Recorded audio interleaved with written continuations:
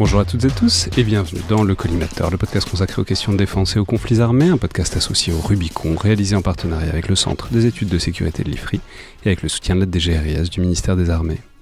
Je suis Alexandre Jublin et aujourd'hui, pour discuter du budget de la défense et surtout de ce qu'on peut faire avec, j'ai le plaisir de recevoir 3 habitués du podcast, 3 distingués connaisseurs des questions capacitaires et du format des armées françaises. Tout d'abord Jean-Dominique Merchet, journaliste à l'Opinion, observateur et commentateur historique des armées françaises, de Libération à Marianne et jusqu'à l'Opinion désormais donc. Je citais toujours avec plaisir votre blog Secret Défense, parce que ça faisait partie de mes premières, mes premières lectures régulières sur la chose militaire, au travers d'ouvrages aussi, dont le dernier en date, Sommes-nous prêts pour la guerre, chez Robert Laffont, dont vous étiez d'ailleurs venu parler à ce micro. Donc bonjour, bienvenue à nouveau dans le Collimateur. Bonjour. Michel Goya, ensuite, l'un des piliers historiques évidemment du podcast, historien, ancien colonel de l'armée de terre, chroniqueur, correspondant de défense chez LCI. Bonjour Michel, bienvenue. Bonjour Alexandre. Dernier ouvrage, c'est toujours L'ours et le renard, on est d'accord? Non, c'est... L'embrasement. L'embrasement, pardon. Oui, c'est en plus vous étiez venu en parler. Oui. Rapprochez un peu le micro si c'est possible. Voilà. Merci. Et enfin Isabelle Dufour, directrice des études de l'agence d'intelligence stratégique Eurocrise, où je peux citer que notamment vous tenez désormais un observatoire des drones depuis quelques mois, qui est une ressource que je conseille souvent aux gens qui s'intéressent au sujet. Plus généralement, observatrice et analyse des capacités et des formats des armées françaises. Bienvenue à nouveau Isabelle. Merci, bonjour Alexandre. Alors, je veux dire que c'est un peu particulier. C'est un peu un droit de suite à une émission que j'ai déjà faite il y a quelques mois avec Elie Tenenbaum et Julien Malizard, où on parlait déjà de cette perspective d'une augmentation du budget des armées et de ce que ça impliquerait concrètement. Mais d'une part, c'est une émission qui est arrivée à l'époque presque un peu trop tôt, même si elle se réécoute encore très bien, parce qu'on l'a faite avant que les gens en parlent sérieusement. Alors déjà, à l'époque, donc il y a quelques mois, c'était un thème d'étude de l'IFRI qui avait été un peu laissé de côté parce que tout le monde se disait que déjà à presque 2%, on était bien heureux, et donc on avait été le repêcher pour en faire une émission parce qu'on se disait que c'était quand même intéressant et marrant et qu'on avait bien le droit de rêver. Mais évidemment, depuis, on a eu la bascule stratégique américaine qui force tout le monde à reconsidérer la chose de manière nettement plus sérieuse, et on a réellement des évocations, voire des invocations, plus que de réelles annonces, qui flirtent avec les 3, 4, voire 5% du PIB consacré au budget de la défense, sans que ce soit évidemment rien de ferme, mais donc ça invite à envisager les choses de manière un peu plus précise. Et puis surtout, pour finir sur cette précédente émission, on avait passé beaucoup de temps sur la partie systémique, disons, d'une telle augmentation de budget, combien ça coûterait, combien ça rapporterait, en comparant avec d'autres exemples. C'était évidemment indispensable, et j'invite à aller l'écouter ou la réécouter, je la mettrai en lien dans la description de l'épisode. Mais du coup, on avait presque plus de temps pour faire des scénarios capacitaires et pour investiguer en quelque sorte ce qu'on mettrait dans ces augmentations de budget. Alors on l'a fait quand même, mais presque un peu vite sur un coin de table en un quart d'heure à la fin. Et donc je voulais approfondir l'exercice avec d'autres invités et des observateurs distingués, en tout cas parmi les plus distingués que je connaisse sur le format et les capacités des armées françaises, pour vous demander ce que vous feriez d'un budget de la défense en hausse et ce que ça impliquerait concrètement. Donc on va faire des scénarios, on va les décliner à 3, 4 et 5% du PIB pour simplifier. Et alors pour donner un chiffre, et vraiment pour faire simple, même si c'est beaucoup plus compliqué que ça en fonction d'à quelle échéance on parle, de quelle croissance on prévoit pour la France d'ici là, etc. Mais globalement, on va retenir des marges à 30-35 milliards d'euros, à peu près 1 point de PIB, en partant des 2% environ actuels. Isabelle, je crois que vous vouliez commencer peut-être par préciser, par réfléchir un peu à la méthode, ce qui est toujours évidemment très bon dans ces cas-là. Voilà, sur comment on ferait ça et pas se contenter d'une liste au Père Noël, même si c'est un peu le plaisir de l'exercice. C'est le plaisir final, en fait. Mais il faut se garder, en fait, de se jeter sur la spécialité qu'on connaît le mieux et les points de souffrance qu'on voit dans chacune spécialité, puis d'oublier ce qu'on ne connaît pas du tout. Par exemple, moi, j'oublierais systématiquement le domaine maritime, parce que c'est vraiment un domaine sur lequel... je serai là pour vous le rappeler, Isabelle. Je n'en doutais pas. Et donc, dans mes fonctions à Eurocrise, en fait, un de mes plaisirs, vraiment, c'est d'organiser la recherche. Et sur un sujet comme ça, je pense que c'est un sujet qui demande beaucoup de réflexion. Là, on a eu quelques jours pour faire 3 scénarios. Inutile de dire que c'est dessiné à grands traits. Moi, je mettrais 3 équipes. J'en mettrais une à réfléchir aux capacités, vraiment, et là, plutôt avec des militaires, en fait, un de chaque domaine, chaque milieu. Aux capacités, qu'est-ce qui pêche, etc., quels sont les trous. Un, pour réfléchir au contexte politique futur, quelles sont les véritables menaces, mais à 15 ou 20 ans, etc. Donc là, on peut imaginer toutes sortes de noms, pas seulement des militaires, des chercheurs, des universitaires.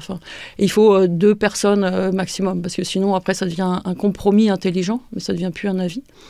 Et puis la 3e équipe pour réfléchir, et là, pareil, 1 ou 2 personnes grand maximum, aux objectifs et aux intérêts et aux valeurs, je lis bien les trois, que la France peut se fixer. Et ensuite, une fois que vous avez fait ces trois volets-là, vous mettez tout le monde, donc on doit être à 8 personnes grand maximum dans une pièce, et vous voyez ce qui colle, et là où sont les manques et les compromis à faire éventuellement, ou les idées brillantes à trouver. Je sais pas, tous les deux, sur cette manière de faire et sur ce... Parce que c'est vrai, on en parlait un peu avant de démarrer l'émission, qu'il y a toujours l'idée, ça va être l'exercice d'une personne qui a la vision dans son ensemble de ce que devraient être les armées françaises. Et évidemment, dans la réalité, ça se passe pas comme ça, parce que c'est des comités... gigantesques, il y a tous les parlements, etc. Donc voilà, sur globalement la manière qu'on fait pour penser ces capacités de manière centralisée ou pas. Dans l'absolu, il faudrait que ça parte d'en haut et non d'en bas. Si ça part d'en bas, pour avoir vécu un peu l'expérience étant au cabinet du chef d'état-major des armées au moment des discussions sur le livre blanc de 2008, qui n'est pas celui dont on se souvient avec le plus de... Oui, on pourra en reparler en détail. Mais en gros, chaque armée va faire sa liste au Père Noël. Au sommet, au niveau interarmée, on veut fâcher personne, donc on va agglomérer les listes au Père Noël de tout le monde. Et après, on va présenter ça aux politiques en disant voilà ce que l'on veut. En 1945, juste après la sortie de la guerre, le gouvernement provisoire dit appelle les 3 chefs d'état-major et des différentes armées, leur dit voilà comment vous voyez la guerre future. Bon, et bien effectivement, le patron de la marine arrive et dit voilà, il nous faut une armée avec 15 porte-avions, 60 sous-marins de mémoire, hein, mais c'était à peu près ça. Hein. Le terrien ça coûtait moins cher à l'époque les porte-avions pour sa défense. C'est vrai. Il nous dit le terrien dit qu'il faut 15 divisions blindées, etc., etc. En gros, chacun refait la Seconde Guerre mondiale, en plus, en mieux. Tout le monde ignore des événements un peu nouveaux qui sont l'emploi de l'arme atomique au Japon. Détail. Ça paraît nulle part. Ou, par exemple, le début d'une guérilla à grande échelle au Vietnam. Quoi. Ça passe complètement à la trappe. Donc, on fait toujours la même chose, en mieux, et on essaie d'agglomérer tout ça. Voilà, ça, c'est l'approche par le bas. Maintenant, l'approche par le haut, qui devrait être, normalement, c'est comme ça que ça devrait fonctionner, hein, c'est-à-dire qu'on devrait avoir une vision politique des choses, une vision stratégique des choses, dans un contexte particulier, et on dit, voilà comment on veut défendre les intérêts de la France dans ce contexte, et à partir de là, on décline un modèle d'armée. Alors c'est un peu, par exemple, ce que fait De Gaulle dans son discours de Strasbourg en septembre 1961. Il dit, voilà le contexte, on a un empire totalitaire armé d'un arsenal formidable, enfin dans le style de gaullien. Quoi. Vous auriez pu faire une imitation de la voix. Ouais, non mais j'ai pas osé. Mais... voilà, donc il nous faut d'abord faire face à cette menace, et pour ça, il nous faut notre propre armement nucléaire. Il faut, pour cet armement nucléaire, il faut l'adosser à un corps de bataille puissant à nos frontières, etc. À l'extérieur, on a des intérêts à défendre malgré la fin des colonies, mais on a beaucoup d'intérêts à défendre et il nous faut une force d'intervention professionnelle et enfin, il nous faut une force de défense du territoire. Donc là, il définit le modèle, il définit les fonctions et à partir de là, normalement, on décline. Après, en capacité, chacun dit, voilà, pour la force d'intervention, il faut ça, pour le truc, il faut ça. Pour la force nucléaire, évidemment, il faut un certain nombre de choses, etc. Ça, c'est un peu la manière cohérente de faire. Et en faisant ça, effectivement, on se fâche. On se fâche et De Gaulle s'est fâché pas mal avec l'armée de terre. Avec la marine. Avec la marine et aussi avec l'armée de terre aussi au moment du nucléaire, au moment de l'arme atomique, parce qu'évidemment, tout le monde sentait que ça allait réduire le format des armées. Jean-Dominique ? Alors, je suis totalement d'accord avec Michel. Totalement.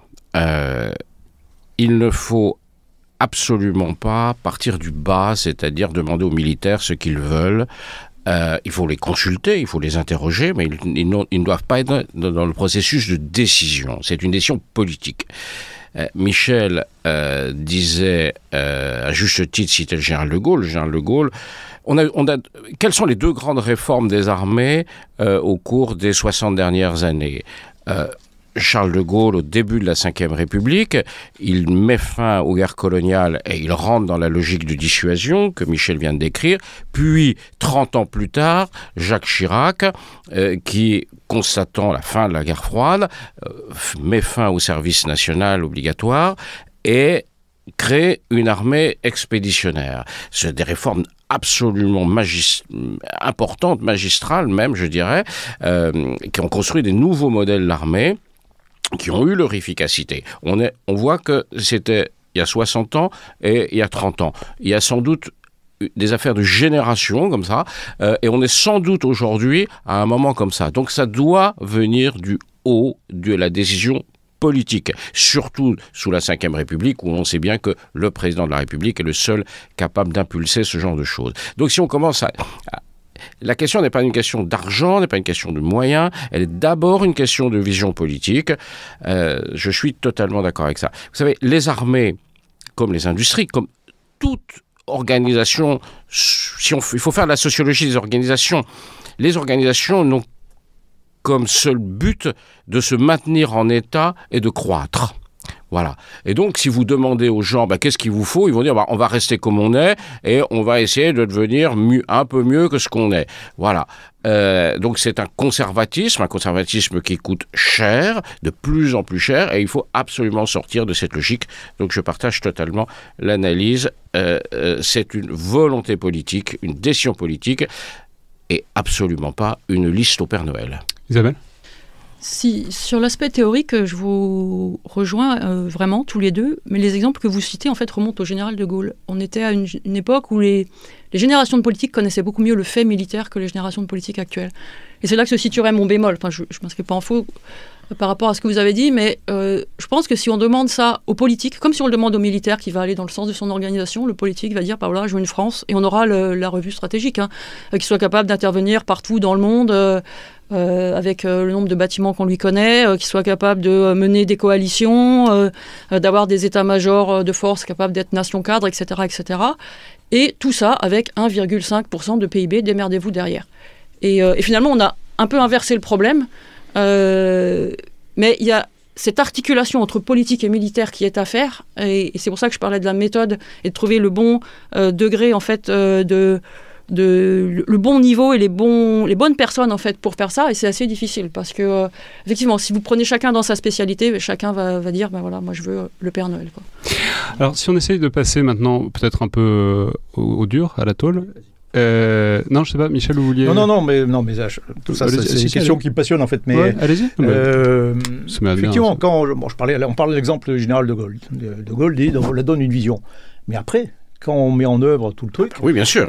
Il faut 10 ans en fait pour définir le modèle d'armée. En gros, le livre blanc, les livres blancs de 1972, c'est voilà, ça y est, on y est arrivé, voilà le modèle d'armée. Mais il a fallu 10 ans de tâtonnement derrière, de réflexion, avec pour le coup, il y a l'importance d'avoir un groupe. Alors comment s'appelait le groupe d'études de prospective. C'était un groupe de civils et de militaires qui étaient un peu à part et qui étaient chargés de réfléchir de manière la plus honnête possible.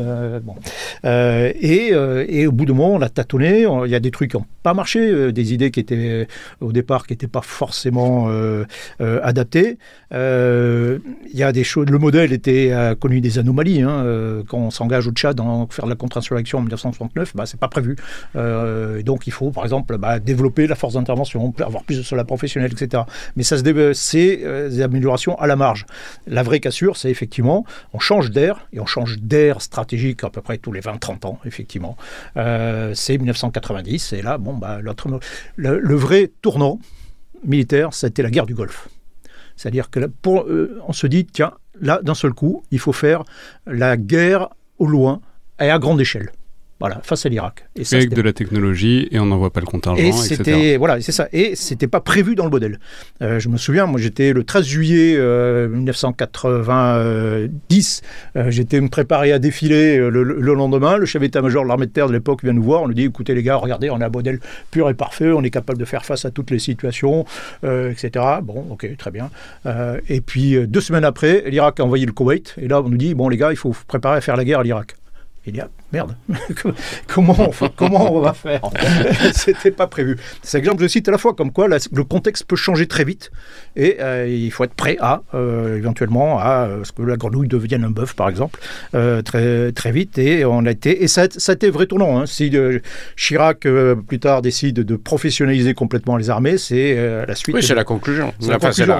On a été capable de déployer 16 000 soldats. C'était ridicule face aux Britanniques, face aux Américains. On était complètement Mais c'est toute la difficulté de l'exercice, c'est que le temps stratégique et le temps plus industriel, enfin capacitaire plus encore, et pas du tout le temps politique et le temps de l'actualité internationale. Et donc à moins d'être les Américains et donc d'avoir une force un peu 360 degrés qui permettent de voir tranquillement, ça implique de faire des paris et si possible de faire les bons. Mais je pense qu'on y reviendra parce que évidemment ça va énerver tous les scénarios dont on va discuter. Donc globalement l'idée, on va faire successivement 3, 4, 5%. 5% ce serait incroyable. On peut dire les chiffres qui sont évoqués, c'est certainement 3%, 3,5% et un peu en filigrane, 4% on ne sait pas. Mais bon, on va aller jusqu'à rêver très haut, quoi.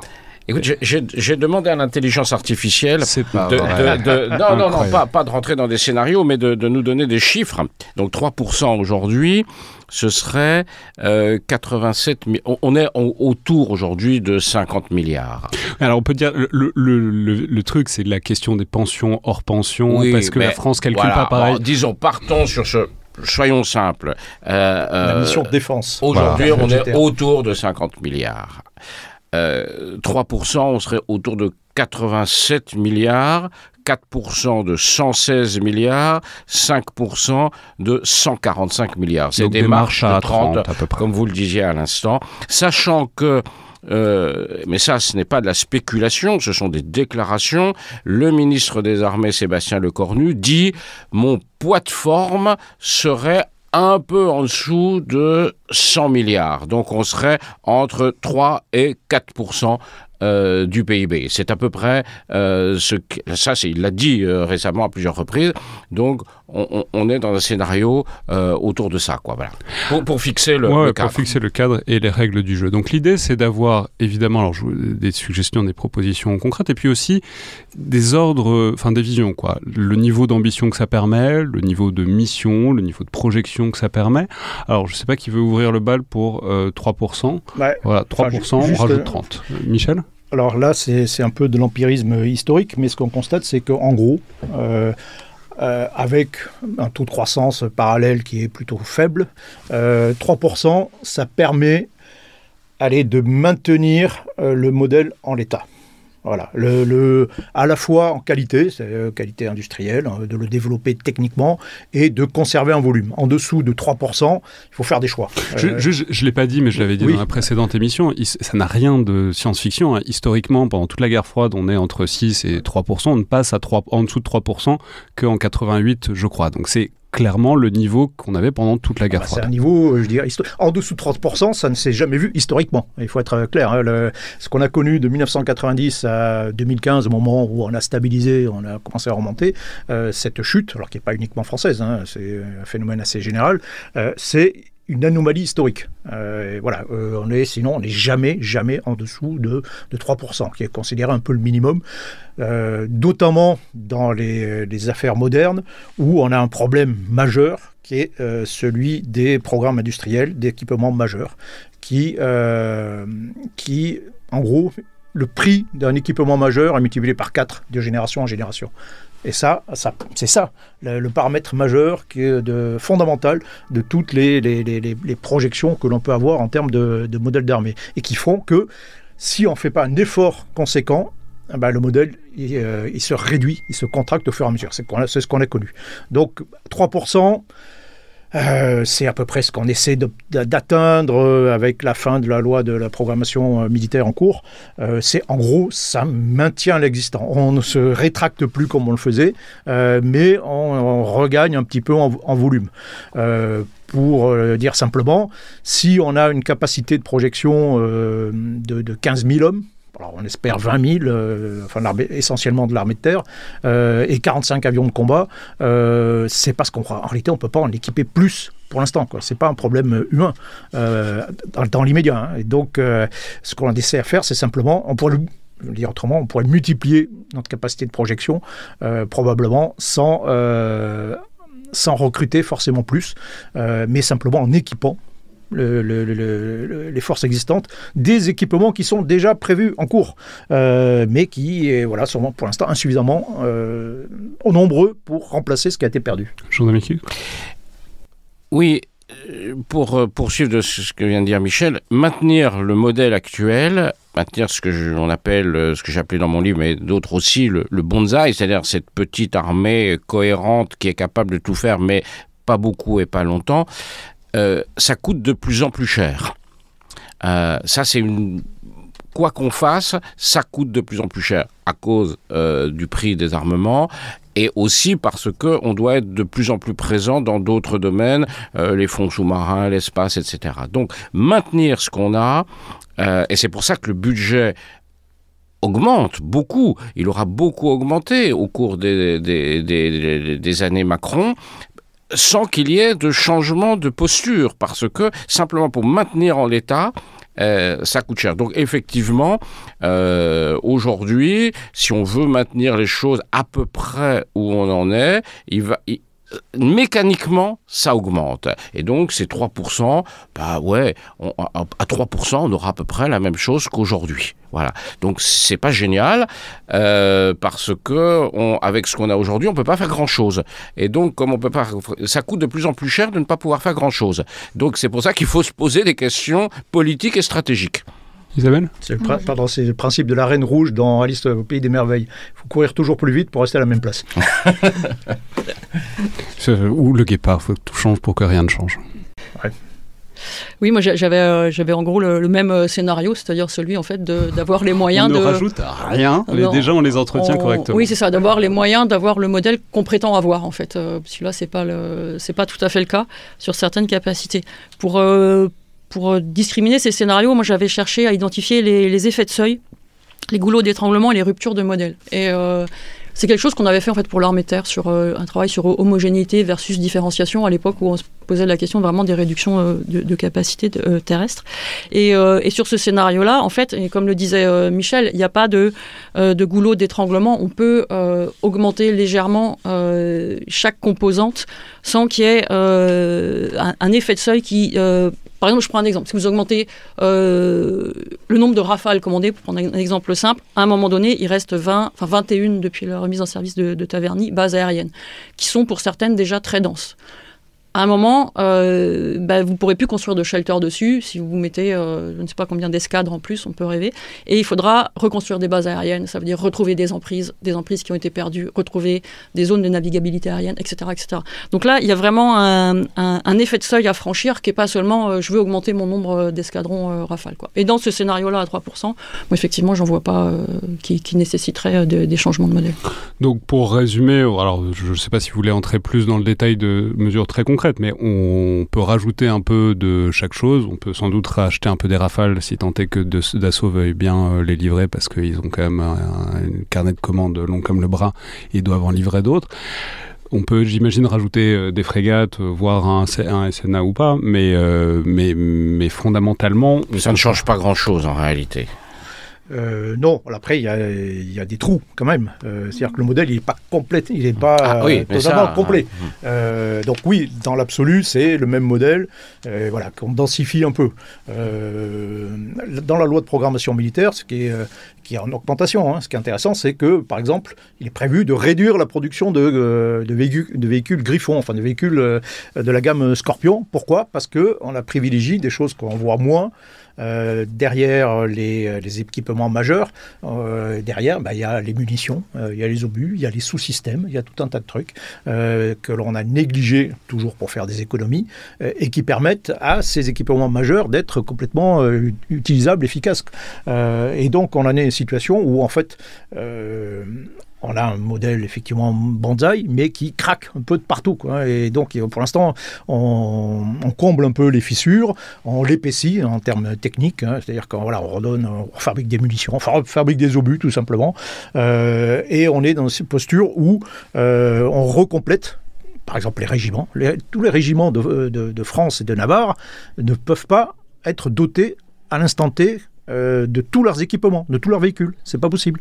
C'est comme moi j'ai connu, quand j'étais au 170e régiment d'infanterie, on avait tous nos véhicules et on était prêt à partir au coup de sifflet en Allemagne, et on était, je crois qu'il y avait 85 régiments de combat qui étaient prêts à partir en l'espace de 3 jours. Maintenant, si au coup de sifflet on dit on réunit le maximum de régiments que l'on a pour partir au combat, Alors déjà, ce ne sera pas en 3 jours, parce qu'il faudra récupérer du matériel de briques et de broc. Pour constituer simplement un bataillon, un GTIA, un groupement tactique en Roumanie, il a fallu faire appel à 24 structures différentes pour fournir tous les équipements. Donc ce ne sera pas en 3 jours, et on pourra équiper grand maximum peut-être 12-15 régiments de combat. Donc, encore une fois, la priorité, c'est le rééquipement de ce qui existe. L'exemple célèbre là-dessus, c'était les Rafales aussi, où il y avait les pods, je crois que c'était les pods de désignation laser. Enfin bon, il était connu qu'il n'y en avait pas un par Rafale et que donc il les partageait. C'est pareil aussi pour les frégates, qui ne peuvent pas être équipées toutes de radars, des mêmes radars en même temps, etc. Ce qu'on appelle l'équipement bon de guerre. Ça manque. Et après, oui, il y a... donc ça, évidemment, c'est la priorité numéro 1. Et puis ensuite, oui, il y a quand même des trous ou des vulnérabilités sur lesquelles il faut peut-être effectivement poser quelques questions. J'en cite une vulnérabilité pour moi, mais après je laisse la parole à mes camarades. Par exemple, c'est l'armée de terre qui a fait un choix d'avoir que des véhicules à roues. Par exemple, voilà. Bon, très bien. Sauf le Leclerc, évidemment, mais qui est rénové. Très bien. Donc ça a des qualités. Mais pour un combat à grande échelle, haute intensité, dans un théâtre européen,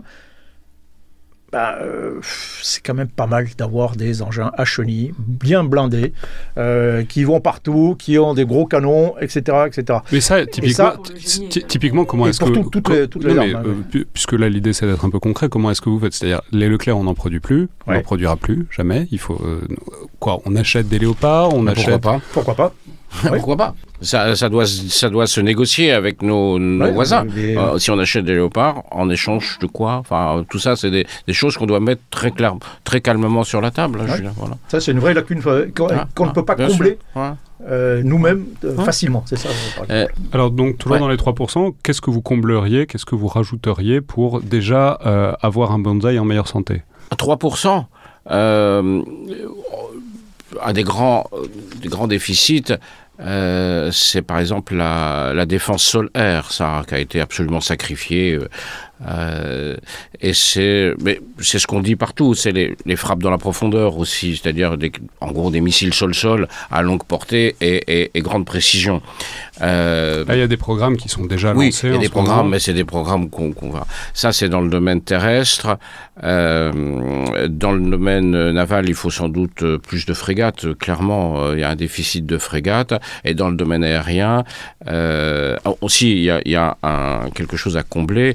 C'est les hélicoptères lourds, par exemple. La France est en déficit d'hélicoptères lourds. On n'a pas de Chinook, pour dire les choses tranquillement.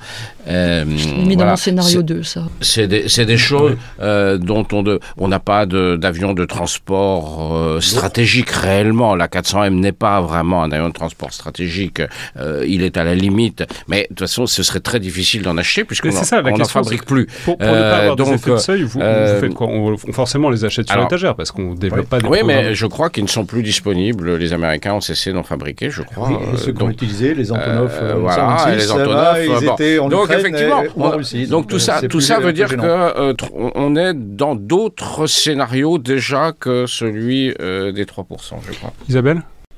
Non, moi j'avais mis un effort sur les drones, comme on commence la liste au Père Noël, je vais me faire plaisir, parce qu'on est vraiment sous-dimensionné en nombre et en capacité par rapport à ce qu'on voit, y compris dans des pays... Mais quel drone? Quel type? On peut faire toute la gamme en fait, on est sous-dimensionné dans toute la gamme, du MAL jusqu'au micro-drone. MAL, je rappelle, donc c'est moyenne altitude, longueur durance. Des micro-drones, on en a 1300, quoi. C'est même pas la consommation journalière sur le théâtre ukrainien.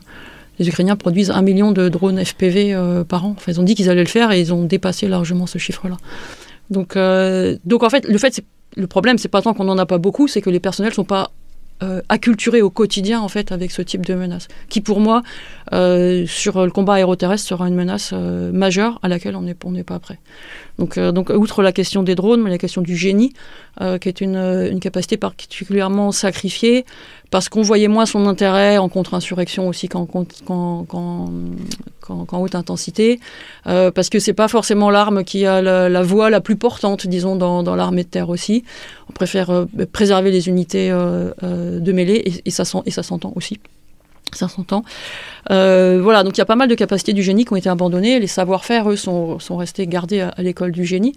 Donc sur le minage, par exemple, contre-minage, etc. Et puis le troisième axe capacitaire que j'avais vu, c'était sur le renseignement électromagnétique. On est en rupture de capacité avec le retrait des deux Gabriel. On attend donc les deux Gabriel, c'est 2 avions de Transal. C'est C-160 des Transal.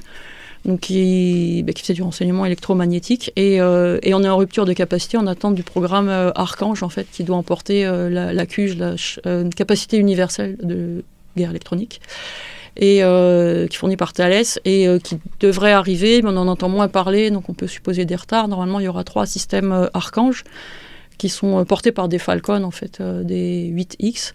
Donc des avions semi de ligne, mais d'assaut. Voilà, c'est ça, oui, qui volent loin, haut, à Mach 0,9, voilà, qui sont pas des avions très protégés, mais c'est pas leur but d'être au-dessus du champ de bataille, mais de faire du recueil ROM. Et on n'a plus beaucoup de capacités, on a des capacités satellitaires avec CERES. On a des capacités maritimes avec du Puy-de-Dôme et le BLSR, et le bâtiment léger de surveillance et de renseignement, je crois. Mais on voit bien dans les rétextes de la guerre en Ukraine, au-delà de l'aspect drone qui est visuel, il y a l'aspect guerre électronique et électromagnétique, qui est pas du tout visuel, mais qui est prépondérant, y compris sur la guerre des drones.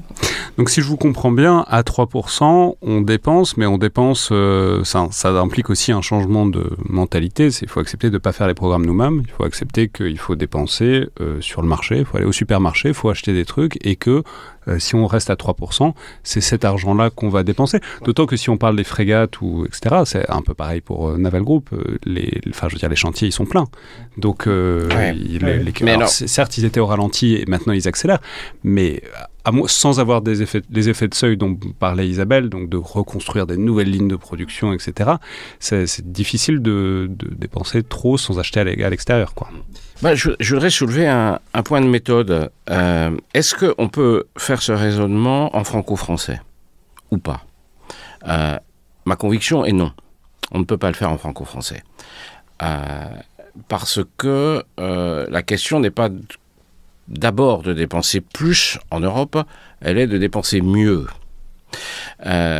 Si on regarde les chiffres bruts en Europe, on constate que les Européens, en y incluant les Britanniques, les Norvégiens, sans les Turcs, dépensent par an, vont dépenser cette année entre 420 et 430 milliards d'euros pour la défense. C'est un chiffre absolument considérable. C'est la moitié du budget militaire des États-Unis.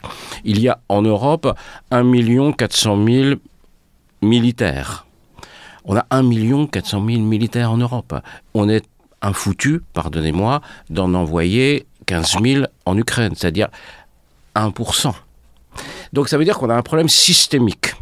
Cette multiplication des armées en Europe, héritage de l'histoire, le fait que chaque nation a son armée, que nous sommes 27 ou 30 nations, si on inclut, fait que, est-ce qu'on peut continuer, chacun dans notre coin, à dire, voilà, on va s'équiper comme ça, on va s'équiper comme ça, on va s'équiper comme ça, 27 armées ou 30 armées différentes qui chacun vont développer sans se coordonner, un minimum. Moi, je souhaiterais qu'on ne se coordonne pas un minimum, je souhaiterais qu'on se coordonne beaucoup plus.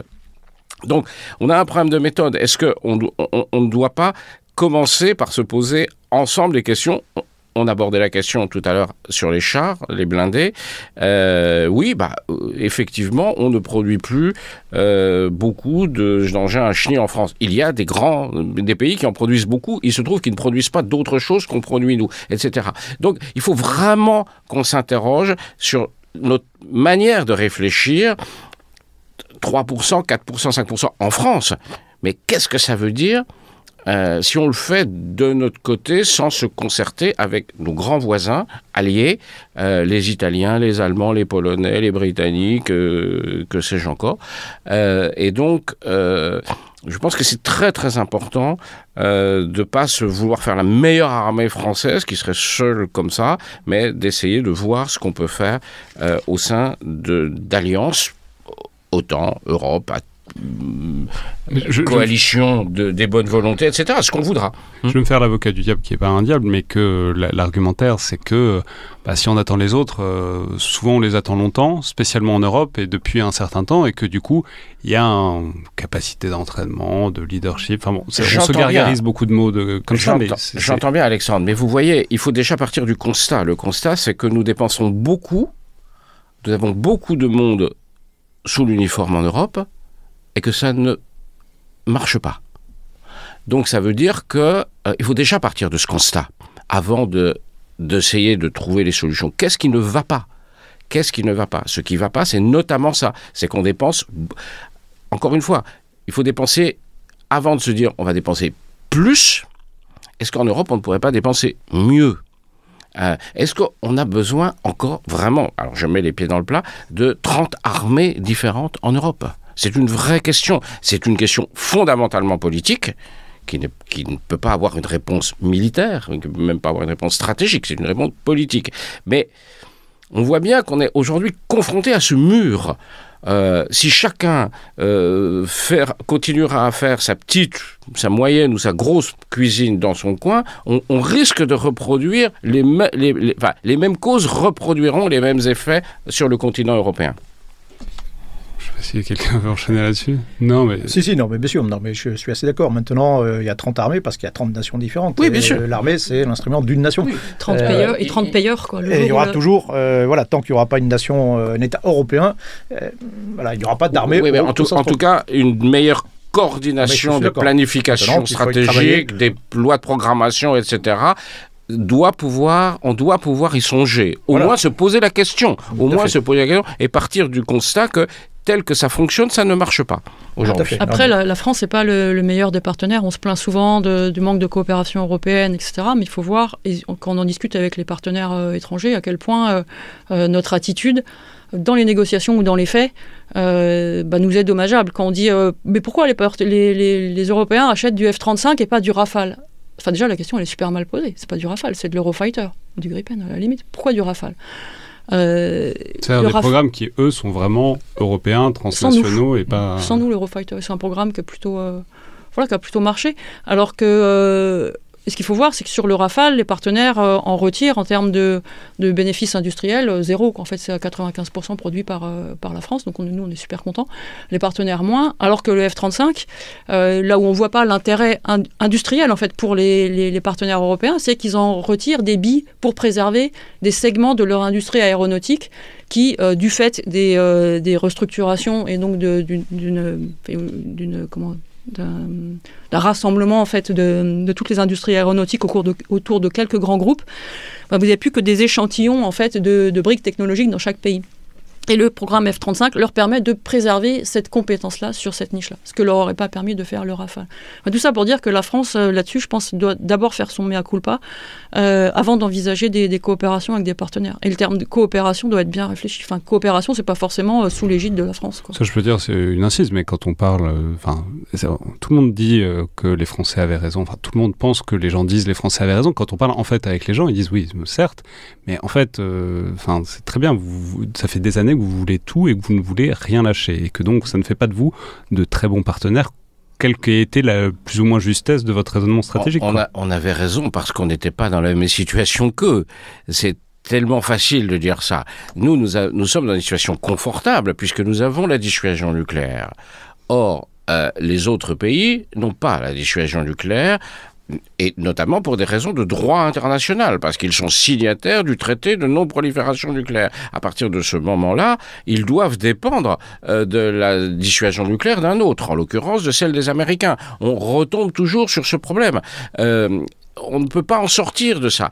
Et quand vous dépendez pour votre sécurité ultime, de la garantie ultime de l'assureur en dernier ressort de la dissuasion nucléaire d'un autre, vous êtes contraint à un certain nombre d'achats, d'acquisitions, de dépendances stratégiques.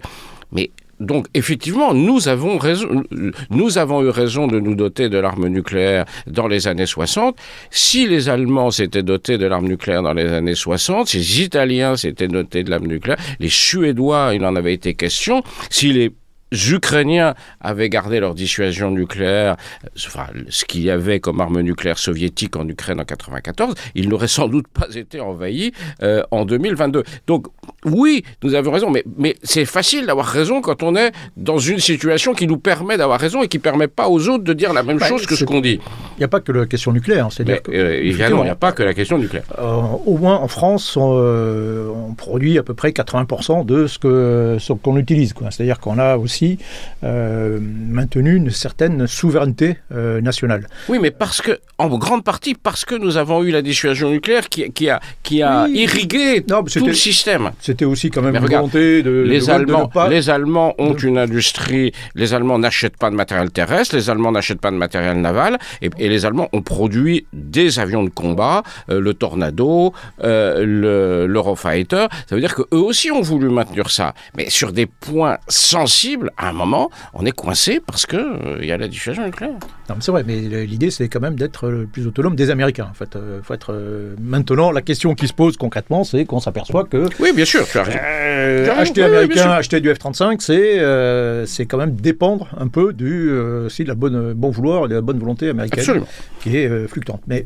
Si je peux recentrer un peu la chose, effectivement, mais bon, dans un avenir, disons, prévisible, et l'horizon dont on parle pour ces augmentations de budget, on parle de 2030, 2035, etc. A priori, on n'aura pas une nation européenne, et même si on s'améliore en coordination, je ne sais pas à quel point on peut l'espérer dans les 10 prochaines années, mais voilà, si on passe de la marche où on s'occupe vraiment de l'existant, donc 3% à la marche, peut-être des 4%. Ambitions, on commence à avoir des ambitions, donc 4%, on rajoute 30 milliards, on est bien au-dessus des 100, on est à 115 à peu près selon vos chiffres, Jean-Dominique.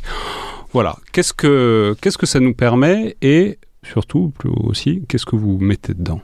Je sais pas, Isabelle? Ah mince. Ouais, allez, c'est vous cette fois.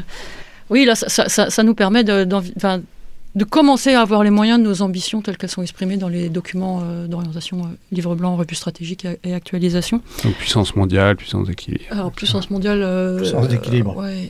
Peut-être pas, parce que le théâtre Indo-Pacifique, c'est toute la limite de l'exercice en fait. Il faudrait vraiment le chiffrer à un moment donné pour savoir ce qu'il nous faudrait pour tenir nos ambitions dans le théâtre Indo-Pacifique, et les chiffres seraient certainement vertigineux, surtout si on inclut Taïwan et un éventuel soutien à une opération dans l'équation. Donc ça, je le réserverais plutôt sur le scénario 5. Donc ambition mondiale, on va dire ambition européenne forte, d'être vraiment un leader en Europe et d'être capable de soutenir nos partenaires. Parce que pour l'instant, on n'est pas trop capable de faire. Enfin, on le fait avec un bataillon. Comme l'état des autres armées, quand on se compare, on se rassure, et pas forcément beaucoup mieux que les autres, finalement on se dit qu'on est un gros contributeur.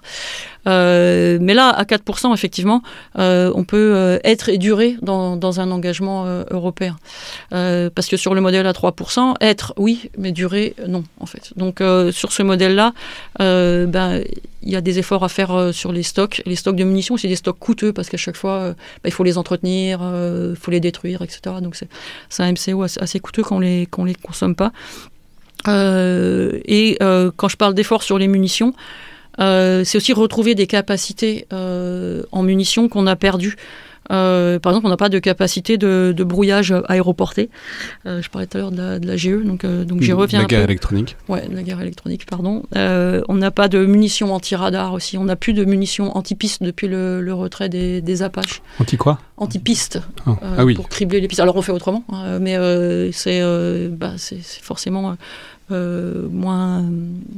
moins efficace, ça demande plus de munitions. Alors, on a des trucs qui tombent au sol et qui explosent et qui peuvent endommager une piste, mais c'est pas la même chose qu'avoir un missile dédié, quoi. C'est ça, oui, parce que les pistes, pour supporter en fait l'atterrissage d'un avion lourd, c'est du béton renforcé, et donc ça demande des munitions dédiées, quoi. Et pour faire plein de trous, parce qu'il fait juste un gros trou, en fait, c'est plus facile à combler que si vous détruisez complètement le tarmac, pour faire simple. Sur ce scénario à 4%, on peut faire un gros effort sur les technologies de rupture. Il est déjà fait, il est en cours. On a une agence de l'innovation de défense qui est une bonne initiative, qui marche bien. Mais voilà, qui a les moyens qu'elle a en ce moment. Donc on ne peut pas prétendre lutter sur certaines technologies très coûteuses. Je pense au quantique, notamment pour les capacités radar, mais les capacités de calcul aussi, qui peut être une véritable rupture dans le cryptage des communications. Et là, ça serait l'occasion d'investir, même s'il y a un plan qui avait été annoncé il y a quelques années, il y a 2 ou 3 ans. Mais voilà, c'est un plan spécifique pour les armées, c'est un plan national, mais ce sera un plan spécifique pour les armées là-dessus. Sur les technologies laser, où là on est assez en retard pour le coup par rapport aux Américains. Et puis sur d'autres questions qui me tiennent à cœur, alors je retombe un peu dans la liste de courses, mais les technologies de rupture, c'est quand même l'avenir des armées. Donc si la France a par exemple sur la motorisation des aéronefs et conserve une avance considérable parce que on avait des gens qui avaient conçu des turbopropulseurs qui aujourd'hui encore, leurs descendants survivent et sont parmi les meilleurs au monde. Donc sur le missile ASN 4G par exemple, ce sera un super statoréacteur et c'est le genre de missile hypersonique que peu de pays sont capables de produire. À part les États-Unis en fait. Donc c'est sur ces capacités-là que je mettrai l'accent. Et puis alors une petite coquetterie personnelle, mais sur ce scénario-là, je mettrai volontiers l'accent sur les personnels aussi, parce que c'est la grande dimension oubliée de notre augmentation de budget. Il y a des augmentations de capacité, mais au sens équipement. Alors que normalement dans la doctrine capacité, il y a quand même 6 composantes, parmi lesquelles les ressources humaines. Or sur la LPM, sur les 7 prochaines années, les augmentations de personnel se situent entre 700 et 1200 personnels par an. Donc en fait, c'est loin, loin, loin de compenser les déflations d'effectifs qu'on a eues depuis 20 ans. Et c'est vraiment un problème parce que en fait, ça impacte tout le fonctionnement des unités, quoi. Alors les personnels combattants, évidemment, au premier chef, les personnels spécialisés, soutien, etc. Mais aussi tous les personnels auxquels on ne pense jamais, c'est-à-dire du soutien administratif. Et c'est un problème parce que dans les bases, comme les soutiens administratifs ont été supprimés, c'est-à-dire des emplois catégorie B, voire catégorie C, parce que comme il râle moins que les autres, c'est quand même les premiers à être supprimés. Supprimer des cadres de catégorie A ou des officiers supérieurs, vous avez quand même plus de pouvoir politique pour empêcher cette suppression. Mais il faut bien que le travail soit fait quand même. Donc, résultat, vous avez des cadres, des commandants de base ou des officiers supérieurs qui se retrouvent à faire des tâches de secrétariat et qui s'en plaignent, à juste titre. Et du coup, ça impacte leur capacité à vraiment préparer l'avenir, préparer leur régiment, préparer leur base. Jean-Dominique ? Alors moi... Sur les 4% ? 4% ou 5% d'ailleurs, priorité absolue à la technologie, à l'industrie et aux ressources humaines.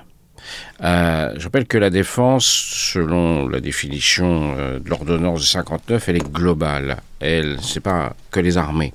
Si on veut défendre le pays, il faut que ses bases soient solides. Nous avons plutôt une bonne armée. En revanche, nous avons des fragilités dans la société. Nous avons des fragilités dans la technologie. On a raté le New Space, par exemple, que Elon Musk nous montre tous les jours. On a raté les drones, on a raté... Donc, il faut mettre l'argent qu'on a, il faut le mettre dans des choses pour reconstruire des briques solides. On voit les effets de la désindustrialisation pèsent lourd aujourd'hui. Je cite le cas de cette entreprise de chimie dans la région de Grenoble, Vincorex, qui travaille sur du sel. Bon, voilà, on va fermer ça, c'est pas grave. Oui, sauf qu'une fois raffiné, etc., ce sel, il sert à faire le carburant des missiles M51, pardon, .3. C'est embêtant si on perd ce genre de choses. Donc, de la technologie de base, il faut qu'on garde des compétences dans des technologies de base, et il faut surtout qu'on soit présent, comme on avait décidé de l'être dans les années 60. Dans les années 60, les technologies émergentes, c'était le nucléaire et le spatial. On a été très très bon. Et bien là maintenant, on a des technologies émergentes, le quantique, l'intelligence artificielle, etc. Il faut qu'on mette le paquet là-dessus. Donc, s'il y a une priorité stratégique, c'est pas forcément l'équipement des armées, mais c'est une industrie dont l'industrie de défense. Donc penser les chaînes de valeur, mais bon, ça ce sera pas forcément mais budget du c'est ministère des très Armées. important. C'est là-dessus. Et, on vient de le dire, les ressources humaines. Parce que si on n'a pas les personnels suffisamment nombreux, suffisamment qualifiés, suffisamment motivés pour faire fonctionner tout ça, y compris l'armée, on va avoir des problèmes. Donc on aura beau avoir... et tout le monde sait aujourd'hui a des problèmes de recrutement. Alors les armées y arrivent bon an, mal an. Mais aurait-elle la capacité aujourd'hui de doubler aurait-on aujourd'hui la capacité de doubler les effectifs militaires si on le souhaitait? Est-ce qu'on les trouverait? Donc donc tout ça, c'est... Comment dire? Il y a un continuum. Il y a un continuum entre la société civile et les besoins militaires. Et donc, penser qu'on pourrait se faire une armée géniale parce qu'on mettrait beaucoup d'argent alors que le pays est dans une situation de fragilité me semble être un mythe. Donc, réinvestir des fondamentaux. Mais c'est très intéressant parce que tout ce que vous dites est parfaitement essentiel et en même temps assez peu voyant. Et ce qui est un problème, je pense, de la manière dont on pense la défense aujourd'hui. C'est-à-dire, on aime bien les gros... c'est beaucoup plus facile d'afficher un porte-avions et de se faire héliporter sur le porte-avions quand il part de Mais Toulon. c'est un problème aussi Ça, oui, cocorico. C'est un problème aussi de consentement social, de si les Français mettent 3, 4, 5%, en fait, probablement qu'ils voudront en avoir et surtout en voir pour leur argent. Et ça, je sais pas si les ressources humaines, ça va leur parler tant que ça. J'espère que si, parce que c'est du travail, par exemple. J'espère. Et du travail qualifié, ou des formations qualifiées, ou des choses comme ça. Et Michel, dites-moi que vous voulez construire 2, 3, 4 porte-avions supplémentaires. C'est pas forcément porte-avions que je pensais en premier, mais... Historiquement, vous n'êtes pas... Historiquement, c'est pas votre position. Non, en plus. non, mais 18 régiments d'infanterie de marine pour Michel. 18 et au minimum la première année. Et tous prêts à partir. Tous prêts à partir. Là, on commence à parler sérieusement. Voilà. Là, on aura une armée qui tient la route. Non, mais écoutez, à partir de 3%, oui, on maintient l'existant. En gros, on se renforce, on densifie un peu l'existant. Et éventuellement, on peut investir dans des choses qui sont rapidement accessibles. Ou les drones, l'avantage des drones, c'est que c'est malgré tout une technologie qui est assez rapidement accessible. On peut rapidement... Vous n'avez pas des programmes de 20 ans à lancer, quoi. Voilà, c'est ça.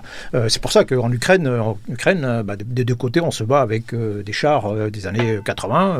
Et puis, là où ça se développe, c'est dans les drones, les logiciels, les petites choses, on va dire, qui sont essentielles, mais qui sont plus souples. À partir du moment où on commence à avoir des fonds, on peut commencer à réfléchir sur des investissements plus lourds, plus longs. D'abord, effectivement, combler un certain nombre de lacunes véritablement qui ont été accumulées. Alors, on a déjà évoqué, on a vécu militairement, on a vécu pendant des dizaines d'années avec l'idée qu'on avait la supériorité aérienne. Voilà. En fait, concrètement, les Américains avaient la supériorité aérienne. Il faut être clair, c'était... voilà. Et si on en a besoin... Si on enlève tous les avions américains du ciel... Ils auront un F-22 qui nettoiera le ciel et nous, on pourra faire ce qu'on veut. Voilà. Avec. C'est déjà plus compliqué. Mais on avait cette idée, ce sort de confort tactique et qui a conduit à dire, bon, finalement, avec la supériorité dans le ciel, voire la suprématie, on peut faire ce qu'on veut, on peut frapper, donc il n'y a pas besoin forcément d'avoir des moyens au sol de frappe dans la profondeur, puisque les avions peuvent faire... Transporter même. Voilà, pas besoin de transporter. Voilà, donc il n'y a pas besoin de tout ça, et donc on a quand même négligé. On a maintenu les compétences, on n'a pas besoin d'artillerie solaire, puisqu'on a des chasseurs qui abattent tout ce qu'il y a dans le ciel. Bon, les chasseurs américains. Les chasseurs, pour la plupart, américains. Et donc, on a négligé un certain nombre de choses. On a maintenu les capacités, mais techniques, mais à toute petite échelle. Donc, là, il faut faire grossir ces capacités de défense solaire à tous les niveaux. Il faut grossir la capacité de frappe à longue distance depuis le sol ou depuis les airs, d'ailleurs. Une des priorités, ça doit être tout ce qui est missilerie. Voilà, donc être capable de frapper en profondeur de n'importe quel... D'où que ça vienne, peu importe, du ciel, du sol, de trucs, mais pour balancer du missile à très longue portée, balancer de la roquette à très longue portée, les HIMARS, par exemple, les lance-roquettes multiples, on en a quasiment plus. Alors qu'on voit combien c'est extraordinairement utile, c'est extraordinairement puissant, donc ça aussi, on retrouve. Jusque-là, la bonne nouvelle, c'est qu'on avait les industries françaises, il y avait MBDA, Safran pour les roquettes, etc. Au moment où on arrive dans les HIMARS, là, c'est plus compliqué parce que même nos lance-roquettes unitaires, ils viennent des vieux américains. On parle de lancer un programme mais ça va mettre longtemps. Donc là, il commence à falloir regarder sur les étagères. C'est un peu plus compliqué, mais c'est là que oui, effectivement, on peut regarder au niveau européen qu'est-ce qu'on peut faire, etc. Ça, c'est un premier élément. Toujours parmi les grosses vulnérabilités et auxquelles il faut penser surtout avec l'absence américaine, c'est effectivement tout ce qui est transport lourd. Les hélicoptères lourds, mais ça fait combien de dizaines d'années qu'on dit attendez, on en a besoin absolument, et puis non. On produit finalement un H90 qui est pas mal, mais qui apporte rien de plus finalement que le Super Puma en termes de transport, quoi. Donc on loupait le truc. Et le problème, c'est que quand on s'engage dans un programme industriel, ça y est, on a pris pour 40 ans, quoi. Et donc pour en sortir, c'est compliqué. Dans le transport aérien, on a sorti la 400M. Pareil, on avait avant, au lieu d'avoir un avion de transport tactique comme le Transal, c'est-à-dire sur courte distance qui se pose partout, et à côté la capacité de porter très lourd avec des Galaxy ou des trucs comme ça. Bon, là, quand on était obligé quand même d'appeler ou de louer très cher ces avions à l'étranger, qu'est-ce qu'on a fait ? On a fait un 400M qui fait mal les deux. Qui n'est pas à la fois, qui est ni tactique ni stratégique, donc qui d'ailleurs ne se vend qui sont assez peu, ce qui est quand même un indice que c'est comme les Griffons, tout le matériel, ça se vend assez peu, c'est quand même un indice qu'il y a peut-être un problème quelque part. Mais bon, et donc c'est cruel parce qu'on a même été obligé de racheter des C-130, oui, bien sûr, 4 C-139. Donc là, logiquement, là, il faut trouver effectivement des solutions. Allez, là aussi, ma petite coquetterie, mais c'est quand même... Il faut peut-être un jour se penser aussi sérieusement sur le combat d'infanterie, sur nos pauvres fantassins, qui ont 80% des pertes. C'est eux qui meurent. Un des problèmes d'armée ukrainienne, c'est qu'il lui manque 80 000 fantassins, de bons fantassins au pied. Voilà, que c'est l'ingrédient essentiel de toutes les guerres, qu'on le veuille ou non. Et c'est toujours l'ingrédient oublié de toutes les guerres. C'est des programmes qui ne sont pas assez chers, qui sont donc là, c'est quoi ? C'est vous recréez des régiments, vous augmentez les effectifs, ou vous insistez, je sais pas, par exemple sur les VBCI, donc les véhicules de combat d'infanterie. C'est-à-dire là, si on investit là-dessus, sur quoi est-ce que on investit ? Sur les hommes, sur leur formation, sur leur entraînement, sur l'équipement, leur petit équipement. s'est lancé dans des programmes high-tech comme le Félin. On s'est dit, voilà, on va doper notre infanterie en faisant des... C'est un échec, hein. C'est-à-dire qu'on a d'un seul coup... on va pas rentrer trop dans le détail, mais on passe dans les... Oui, le Félin... Félin, c'est un des trucs qui me fascine le plus au monde. Oui. C'est ce programme un peu morné, voie de garage, mais qui était hyper futuriste, mais qui n'a pas marché parce qu'il manquait des briques essentielles à sa mise en œuvre. Ça a duré 20 ans. J'ai commencé... Attends, je termine juste, mais on passe d'un seul coup à un équipement sur le Fantassin, ça coûte à peu près 1 500 €, tout ce qu'il a. Avec le Félin, ça coûte 42 000 €. Bon, ok. Et moi, quand on m'avait présenté le truc, on me dit, mais attendez, moi j'étais chef de groupe de combat d'infanterie. On m'aurait dit, tiens, on te file 40 000 € par mec. Et tu te débrouilles avec cet argent pour acheter tout ce que tu veux. J'aurais multiplié par 2, par 3 l'efficacité de mon groupe de combat en achetant sur étagère tout ce qu'il y avait d'équipement. Et alors qu'avec le Félin, c'était... en fait, il ne reste plus grand-chose du Félin. C'était complètement... c'était un peu une illusion techno. Mais ce que je veux dire, dans notre combat d'infanterie, en fait, on n'a pas beaucoup évolué depuis la Seconde Guerre mondiale.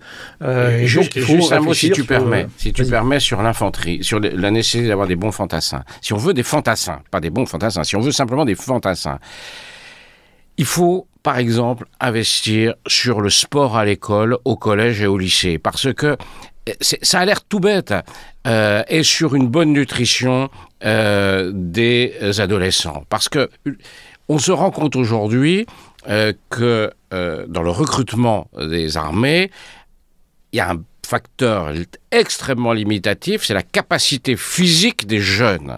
Parce qu'ils ne font pas assez de sport à l'école ou dans le parascolaire, et donc ils ne réussissent. Le niveau moyen baisse. Alors c'est vrai sur la capacité à courir, la capacité à marcher, la capacité, les problèmes de vue, les problèmes d'ouïe, ça c'est encore autre chose. Mais le chef d'état-major de l'armée américaine dit, avec mes critères de sélection physique pour simplement faire, non pas du fantassin, mais un militaire de l'armée de terre, donc il peut être derrière une console électronique dans un véhicule blindé. Mais fantassin, c'est quand même physique. Hein. Là, il faut améliorer le niveau physique des jeunes de 18-20 ans qui est en train de décliner. L'obésité, la capacité de résistance. Donc, vous voyez que c'est un problème global auquel on est confronté. Parce que vous pouvez dire, je vais créer 18 régiments d'infanterie de marine pour faire plaisir à Michel Goya, mais si, lorsque vous faites passer les tests de sélection, les gars sont incapables de courir 10 km, ben vous les aurez jamais, vos 18 régiments d'infanterie. Et donc, ça se gère en amont, considérablement en amont. Et c'est tout ce système qu'il faut remettre en place aujourd'hui. Voilà, oui, alors je termine. Bon, pardon. Oui, non, mais t'as raison, mais voilà. L'infanterie, il faut qu'une section d'infanterie française, elle soit indestructible. Voilà, face à n'importe qui, elle soit capable de dominer n'importe quelle autre section d'infanterie dans le monde ou d'un ennemi probable. Voilà, quelque chose comme qu'une section française soit détruite par des gens équipés avec des armes légères soviétiques des années 60. Ça va pas être possible. Bon, bref. Ensuite, vous faites comment ça? C'est l'équipement? Pas que l'équipement, oui, de l'équipement, mais réfléchit globalement, c'est-à-dire que voilà, dans le recrutement, dans le mûrissement des hommes, dans l'agressivité y compris. Oui, non, mais dans les structures simplement, les structures de combat, etc. Je ne veux pas entrer trop dans le détail, mais il y a un effort à faire effectivement sur l'infanterie. Voilà, sur nos combats rapprochés, infanterie. C'est, encore une fois, quand vous avez 10 fantassins qui meurent, ça devient un événement national, ça devient un événement stratégique, et comme la plupart des gens qui meurent sont des fantassins, ça devrait être une priorité stratégique. Voilà, et c'est pas le cas. Et ça n'a jamais été le cas, en réalité, parce que c'est loin des vues. On parle des équipements majeurs, les petits équipements pour les gars qui sont au sol, les pieds dans la boue, c'est pas très sexy, c'est pas les industriels, c'est pas trop leur priorité, etc., etc. Donc on est toujours les derniers servis. Et puis jusqu'au moment où on arrive en opération, ça meurt. Il faut remplacer, il faut trouver des gens. Et puis on s'est dit merde. Si on les avait un peu mieux équipés, formés, entraînés, structurés, etc., ça aurait été un peu mieux. Bon, je ferme la parenthèse. Plus stratégiquement, effectivement, je rejoins mes camarades, il faut un effort sur l'arrière de nos armées. Une fois qu'on a à peu près solidifié l'avant, il faut à la fois une structure d'avenir, concrètement une structure de mobilisation, que ce soit industrielle ou humaine. Moi, j'en veux beaucoup, nos dirigeants, de ne pas avoir anticipé le fait qu'effectivement, un jour, il aurait fallu peut-être remonter en puissance très vite. Je prends l'exemple de la Corée du Sud. La Corée du Sud, qui sont en situation de tension un peu permanente et qui sont un peu sur le pied de guerre.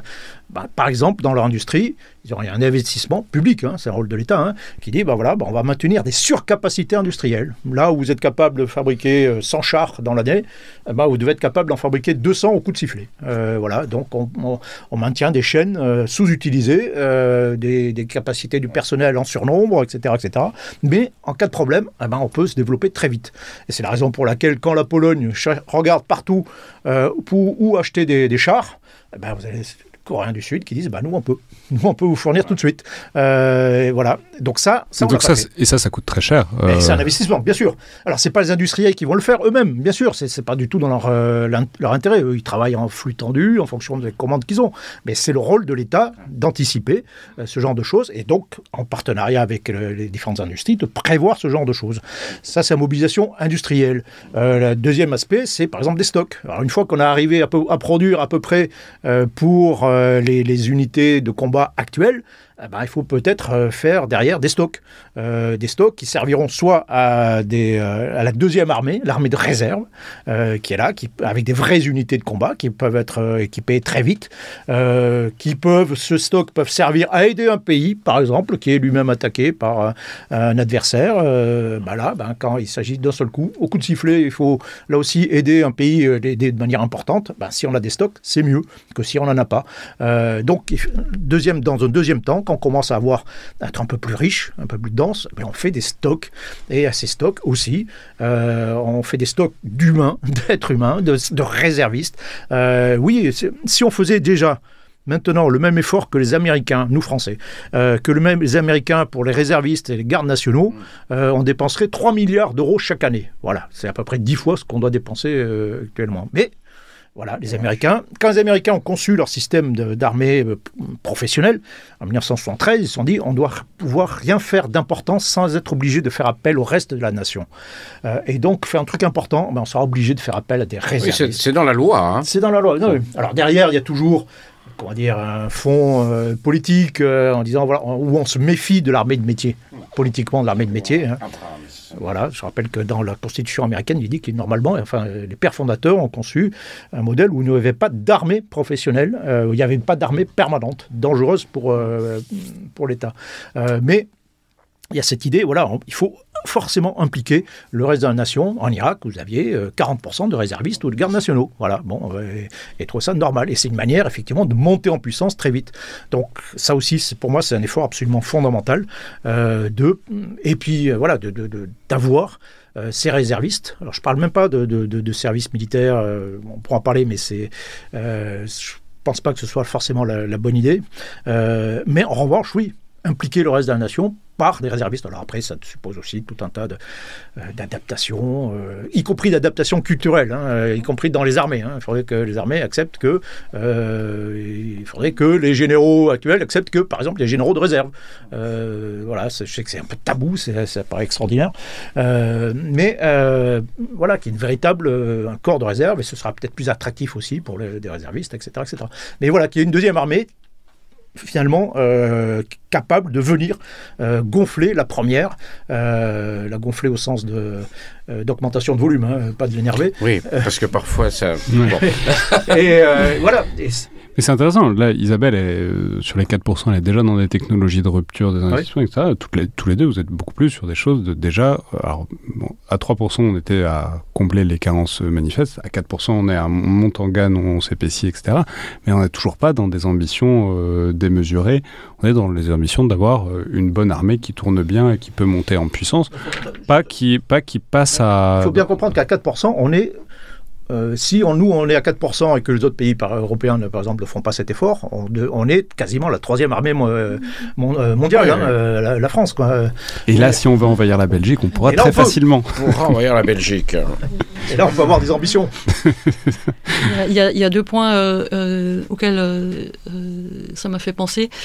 Sur ce scénario, moi, j'avais aussi fléché une réforme des soutiens. Alors c'est pareil, c'est pas le sujet le plus sexy du monde. Mais c'est dysfonctionnel. Depuis la RGPD en 2008, il y a eu réforme sur réforme, puis contre-réforme parce que ça ne marchait pas trop. Les bases de défense, les GSBDD, les groupements de soutien des bases de défense. Mais on a une gestion de l'infrastructure, pour faire simple, qui est devenue très compliquée parce qu'elle relève d'une chaîne hiérarchique qui remonte en gros directement jusqu'au cabinet du ministre. Et donc les commandants de base n'ont pas beaucoup, voire pas du tout de liberté sur les infrastructures de leur emprise. Et c'est problématique pour plein de raisons, commencer par l'entraînement et la gestion de leur terrain même. Alors pourquoi je mets dans le scénario à 4% et pas à 3% après mûre réflexion, c'est parce qu'en fait on est dans un système qui est sous tension et qui subit réforme sur réforme à peu près tous les 2 ou 3 ans, que ce soit dans les armées ou au niveau interarmées ministériel. Et pour supporter une nouvelle réforme, il faut que les gens puissent dégager du temps, de la ressource, etc. Et le faire sur un scénario à 2 ou 3%, alors qu'en ce moment, il y a les tensions qu'on connaît, l'arrivée de nouveaux matériels, etc., ça serait risqué du point de vue de l'organisation. Parce que, aussi dysfonctionnel que soit le système de soutien aujourd'hui, mine de rien, les gens l'avantage d'avoir une petite armée comme l'armée française, se connaissent, s'appellent entre militaires, arrivent à résoudre des problèmes, on fait de la comitologie pour résoudre tout ça, et ça dysfonctionne moins que ça a dysfonctionné autre part. En gros, le système, il s'est auto-organisé. Donc, aller le désorganiser, même si c'est pour faire mieux, c'est toujours un petit peu risqué. Donc, pour ça, il faut avoir un peu de marge et de la réserve pour réformer. Malgré tout, je pense que c'est une réforme, une réflexion qui est indispensable aujourd'hui. Et l'autre service dont on n'a pas parlé de soutien, c'est celui du SSA, le service de santé des armées. Et ça me faisait penser sur la question de l'infanterie et des pertes. Aujourd'hui, le SSA est-il dimensionné en fait pour soutenir un fort niveau de pertes sur le terrain? La réponse est non. La réponse est non, merci de... Voilà. Et qui a connu des déflations d'effectifs absolument dramatiques, d'autant que ce sont des compétences extrêmement rares et précieuses et qui seront difficiles à retrouver. Donc pareil, fléchage sur ce service. Et ça, mais ça rejoint un peu ce que disait Jean-Dominique avec les médecins des armées. Alors c'est un statut qui est ce qu'il est, mais enfin, je veux dire, ensuite peuvent repasser. Enfin, il y a une fluidité à inventer, à réinventer avec le corps médical le plus général, évidemment, qui est aussi un peu en crise à certains égards également, mais ça peut être aussi un truc d'attrait. Enfin, ça pourrait être attirant si il y avait un certain nombre de réformes et de moyens qui étaient menés. Mais là, enfin, je veux dire, sans même parler de la recherche, sans même parler pourtant, c'est aussi un sujet, l'innovation. L'innovation, de comment faire pour améliorer, etc. Franchement, on n'y est pas du tout en termes d'effectifs. Voilà, il serait temps. Jean-Dominique ? Sur les scénarios 4-5%, puisque on est sur le point d'arriver à 5%. On est sur le point d'arriver des ambitions réelles. Moi, je pense effectivement que la question de la remontée en puissance rapide, que ce soit en termes d'industriel, en termes militaires, en termes d'effectifs, est le point le plus important. Ça a été le point aveugle de la réforme des années 90, qui globalement a bien marché. On a fait une bonne armée quand même, alors avec des insuffisants, mais quand on se compare aux autres armées européennes, on voit que chez nous, ça a bien marché. Le point aveugle, ça a été ça. La remontée en puissance. Donc évidemment, la question des réserves est essentielle, réserves humaines et des stocks de matériel. Mais donc, je partage tout ce qui vient d'être dit. Si on rentre dans la question des 5%... Ouais. Amenez-nous aux 5%. Alors, il faut se poser une question, c'est à quoi ça sert? Pourquoi faire? Toute chose égale par ailleurs, je pense qu'il faut produire si on dépense autant d'argent que ça, il faut que le bénéfice politique soit énorme. Il faut qu'on change la donne. Alors il y a deux possibilités. Il y a la possibilité du grand large et la possibilité de l'Europe. La possibilité du grand large, c'est la guerre contre la Chine. C'est d'être, en tant que Français, avec les Européens, un allié des Américains dans la confrontation possible, ou en tout cas dans la dissuasion possible face à la Chine. L'hypothèse, c'est pas l'hypothèse que... Il faut enfin construire des porte-avions à ce moment-là. Oui, mais c'est pas l'hypothèse... Des sous-marins nucléaires d'attaque. C'est pas l'hypothèse que je privilégierais en tant que citoyen. Je pense que la France, qu'elle peut apporter et avoir un bénéfice politique global en Europe, c'est à travers sa dissuasion nucléaire. Et donc, peut-être faut-il repenser la dissuasion nucléaire, peut-être faut-il refaire plus de têtes nucléaires, peut-être faut-il avoir plus de vecteurs nucléaires pour pouvoir offrir une forme de parapluie nucléaire crédible à l'Europe. C'est-à-dire sortir de la stricte suffisance de la doctrine française pour protéger le territoire national. Il ne faut pas se tromper, ça coûte très cher. Avec 290 têtes nucléaires, ou 280, on fait très très très très mal aux Russes. Il ne faut pas se tromper, je veux dire. C'est pas des pétards. Si les Russes se prennent sur la tête 290 têtes nucléaires françaises, la Russie, elle cesse d'exister telle qu'elle existait depuis le XIe siècle. Ça continuera, il y aura toujours des Russes, mais ça changera. Et nous, on disparaît du même coup. Donc la dissuasion, la dissuasion, elle reste crédible. Mais si l'on veut avoir un effet politique, parce que ça sert à ça sert à produire des effets politiques favorables, de dépenser autant d'argent. Moi, je pense qu'il faut plutôt regarder dans ce sens-là. Alors, évidemment, j'entends les cris d'orfraie. Oui, mais le désarmement nucléaire, la non-prolifération, etc., etc. Ok, ça c'était quand tout allait bien, qu'on était tranquille. Le monde est un peu en train de changer et je pense que si on doit mettre de l'argent, il faut qu'on relance notre dissuasion nucléaire, y compris avec des moyens sol-sol. Je sais pas, on agresse plutôt les Chinois ou les Russes à 5%. Nous sommes les seuls à pouvoir vraiment le faire en Europe. C'est ça le truc. Nous sommes les seuls à pouvoir le faire en Europe parce que nous avons le droit de le faire.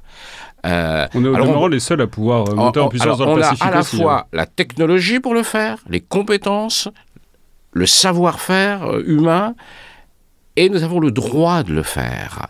Alors, certes, on jouera un peu avec le traité de non-prolifération nucléaire, limite. Mais si demain, la Pologne disait « je veux un armement nucléaire », il faudrait qu'il sorte du traité, donc ça mettrait en bas tout le système international. Donc là, nous avons une carte à jouer, et je pense que si nous devons jouer une carte, c'est plutôt ça, la protection nucléaire, un parapluie nucléaire européen, plutôt que se préparer à la nouvelle guerre du Pacifique. Pas une idée qui est totalement étrangère à Varsovie, par ailleurs, ces derniers mois, ils l'ont laissé pas mal entendre. Michel ? Oui, alors le problème stratégique de la France, c'est qu'elle a des intérêts à défendre partout. En réalité, elle est d'abord cette puissance présente dans le monde entier. La France est présente dans le monde entier, donc il y a quand même des territoires français au moins à défendre, éventuellement, un peu partout. Elle se veut une puissance internationale qui doit participer à peu près à toutes les affaires du monde. Mais pour ça, effectivement... Être dans tous les clubs. Club nucléaire, club porte-avions. Mais effectivement, pour être à la hauteur de ses ambitions, il faut avoir les moyens adéquats. Et donc, jusqu'à, on va dire, effectivement, jusqu'à 3%, concrètement, on ne peut pas tout faire. On ne peut pas être partout, il faut faire des choix, qu'on ne fait pas, d'ailleurs. Donc, on est présent un peu partout, dans tous les domaines, mais un peu. Avec les 4%, on peut peut-être établir un peu plus une priorité. Alors concrètement, oui, alors c'est le fameux dilemme qu'évoquait Jean-Dominique, Tahiti ou Varsovie. Là, on peut être présent puissamment quelque part. Bon, voilà, là, moi j'ai tendance à penser que la priorité stratégique, c'est peut-être l'Europe, et que s'il faut se préparer à quelque chose d'important, c'est peut-être aller défendre les pays d'Europe centrale et orientale, donc aller déplacer une brigade, voire une division quelque part par là, comme on avait un corps d'armée complet en Allemagne. Voilà. C'est exactement la même situation, c'est exactement le même principe, et ne serait-ce que pour aider en tout cas à dissuader la Russie de les attaquer. Bon, ça suppose des moyens. Pour le reste, face à la Chine, je ne suis pas sûr qu'on ait forcément intérêt à faire de la Chine un ennemi. Mais par ailleurs, si on veut vraiment être présent... c'est surtout si c'est pour à tout prix être aux côtés des Américains en ce moment, ça se réfléchit. C'est pas forcément une bonne idée. Oui, c'est problématique. Il faut voilà, si... Allez, pour faire un peu de capacitaire et je pense que le moyen le plus simple d'être présent, en tout cas, sur les mers, c'est nos sous-marins nucléaires d'attaque. Voilà. Là, on a le vrai, pour moi, on n'en a pas assez. Le vrai roi des mers, actuellement, c'est le SNA. Avec un SNA, vous faites peur à toutes les marines du monde. Y compris au porte-avions. Voilà, et c'est des tueurs de porte-avions. Nos SNA, nos suffrains, ils sont capables de taper n'importe quel porte-avions. Et là, quand vous faites tous les scénarios de conflits autour de Taïwan entre Américains et Chinois, vous apercevez vous avez de la mortalité, de la destruction que ça représente sur les navires. Dans chaque scénario, vous avez au moins 2 porte-avions américains qui disparaissent, qui coulent. Et tous les porte-avions chinois. Je suis d'accord, le SNA, ça doit être la priorité navale. Donc si vous voulez peser, au loin, dans une guerre navale, il faut être présent avec des SNA, au moins. Et voilà, suffisamment pour pouvoir en déployer à peu près partout en même temps, quelque part. Si vous voulez défendre nos îles dans le Pacifique, vous le faites d'abord avec des SNA. Bon. Parce que ce sera pas facile de débarquer si vous avez des SNA qui traînent autour. Oui, vous ne pouvez pas vous approcher. Si vous avez une défense qui est... Alors, pas que les SNA, il faut avoir des défenses aussi au sol, de la missilerie aussi à longue portée, etc. En gros, faire de la Nouvelle-Calédonie un petit Taïwan. Laissons les Marines faire ça. Je rappelle que les SNA, les suffraines, on en aura 6 au total. C'est 1 milliard pièces, donc forcément. Mais bon, à partir du moment où on dépasse les 100 milliards de budget annuel, peut-être qu'on peut se faire quelques plaisirs. À chaque 10 milliards, on rajoute 1 milliard. C'est beaucoup moins cher qu'un EPR. Hein. Un EPR, c'est 10 milliards pièces. Oui, non, mais... Enfin, ça sert pas tout à fait à la même chose, mais ça donne des ordres de grandeur. Et un porte-avions juste entre les deux. On a un plan là pour créer 6 EPR à 10 milliards pièces. Et effectivement, on voit les ordres de grandeur. Je trouve que c'est toujours intéressant de comparer les coûts des investissements. Voilà, puis il y a un domaine, évidemment, le spatial. On l'a un peu évoqué, mais effectivement, il faut... C'est-à-dire le spatial, qu'est-ce qu'on fait? Parce que là, on a une dizaine de satellites, une petite dizaine, qui couvrent. Enfin, il y a les trois. Il y a l'optique, le raisonnement d'origine électromagnétique et les communications. On a. On en rajoute? On en fait plus? Ou est-ce qu'on essaye de dégommer les satellites des autres? Enfin, on fait des moyens d'action dans l'espace?